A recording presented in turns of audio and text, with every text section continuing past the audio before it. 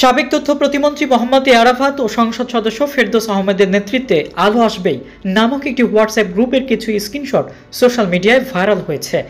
Viral হওয়া কিছু স্ক্রিনশটে দেখা গেছে দলীয়টাকে বৈষম্য বিরোধী ছাত্র আন্দোলনের বিপক্ষে কথা বলেছেন কয়েকজন শিল্পী।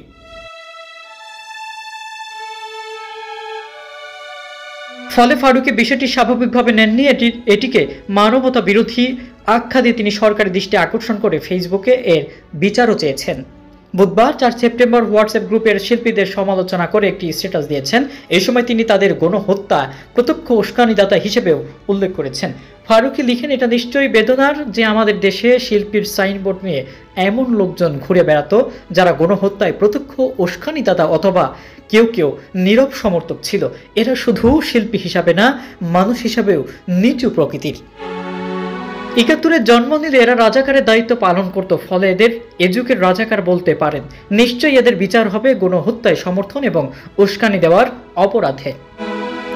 কিন্তু আশার দিকটা আপনাদের বলি, দেখবেন এই গ্রুপের বেশিরভাগই আসলে কোনো শিল্পী চর্চার সাথে সেই অর্থে জড়িত না। আমাদের মেইন স্ট্রিম মানে টেলিভিশন, ওটিটি এবং ফিল্মে যারা প্রধান শিল্পী তথাকথিত এফডিসি বোঝানো হয়নি মেইন স্ট্রিম শব্দটা দিয়ে, অভিনয় শিল্পী বা ফিল্ম মেকারদের কেউই এদের সাথে নেই। এরাই আমাদের প্রেজেন্ট অ্যান্ড ফিউচার।